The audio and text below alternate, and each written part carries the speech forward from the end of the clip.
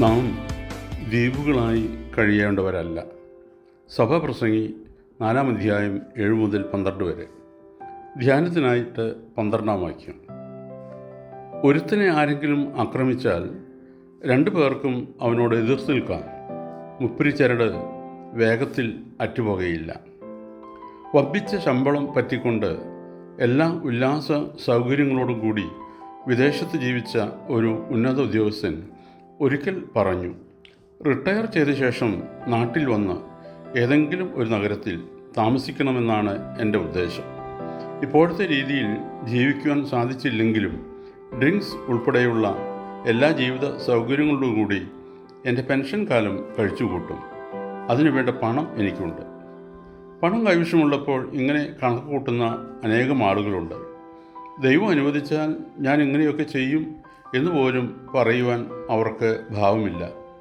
ദൈവം അവർക്കൊരു വിഷയമേ അല്ല. അവർ റിട്ടയർ ചെയ്യുന്നതിന് മുമ്പ് തന്നെ വിശ്രമകാലം കഴിച്ചു കൂട്ടുന്നതിനുള്ള കൂറ്റൻ ബംഗ്ലാവ് പണിയിക്കും. തങ്ങളുടെ കണക്കുകൂട്ടൽ അനുസരിച്ച് ജീവിക്കുവാൻ ഒത്താൽ തന്നെ വാർദ്ധക്യ സഹജമായ ഏതെങ്കിലും ആരോഗ്യ പ്രശ്നം ഉണ്ടാകുമെന്ന് പോലും അവർ ഓർക്കാറില്ല. യൂറോപ്പിൽ വ്യാവസായിക വിപ്ലവം ഉണ്ടായ കാലത്താണ് ഉപജീവന മാർഗം തേടി ജനങ്ങൾ നാട്ടിൻപുറങ്ങളിൽ നിന്ന് നഗരങ്ങളിലേക്ക് പ്രവഹിക്കുവാൻ തുടങ്ങിയത്. ഇന്നും ആ ജനപ്രവാഹം തുടർന്നുകൊണ്ടിരിക്കുകയാണ്. എന്നാൽ നഗരങ്ങളിൽ പാർപ്പുറപ്പിക്കുന്നവർ അറിഞ്ഞോ അറിയാതെയോ പരസ്പര സമ്പർക്കമില്ലാതെ ഒറ്റപ്പെട്ട് കഴിയുവാൻ താൽപ്പര്യപ്പെടുന്നു. നഗരങ്ങളിലെ പല ഭവനങ്ങളും പാതിരാമണൽ പോലെയുള്ള ദ്വീപുകളാണ്. പരസ്പര ബന്ധമില്ലാതെ ദ്വീപുകളായി കഴിയുവാനല്ല മനുഷ്യനെ ഈശ്വരൻ സൃഷ്ടിച്ചത്. എല്ലാ മതങ്ങളും ഊന്നിപ്പറയുന്ന യാഥാർത്ഥ്യമാണിത്.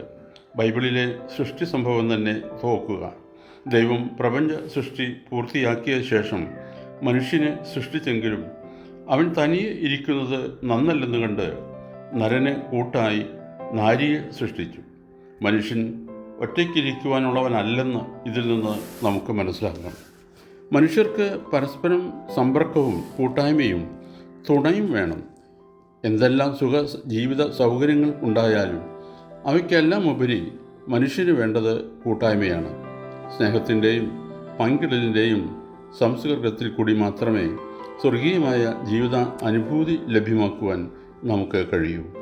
ഇസ്ലാം മതാനുയായികൾ ഉച്ചനീചത്വങ്ങൾ കണക്കിലെടുക്കാതെ ഒരേ പാത്രത്തിൽ നിന്ന് ആഹാരം പങ്കിടുന്നു.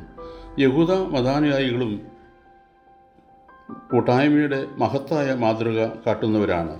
ക്രിസ്തുനാഥൻ ഏർപ്പെടുത്തിയ തിരുവത്താഴം അത്യുദാത്തമായ കൂട്ടായ്മയുടെ പ്രതീകമാണ്.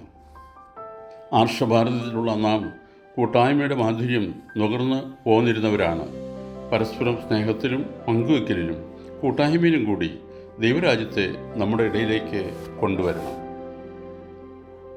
ഓർക്കണമേ, സഹകരണമാണ് സമൂഹ ജീവിതത്തിൻ്റെ അടിസ്ഥാനം. 1 യോഹന്നാൻ 1:7. അവൻ വെളിച്ചത്തിൽ ഇരിക്കുന്നത് പോലെ നാം വെളിച്ചത്തിൽ നടക്കുന്നുവെങ്കിൽ നമുക്ക് തമ്മിൽ കൂട്ടായ്മയുണ്ട്. ദൈവം അനുഗ്രഹിക്കട്ടെ. പ്രാർത്ഥനയോടെ കർത്തൃശുശ്രൂഷയിൽ എളിയ ദാസൻ.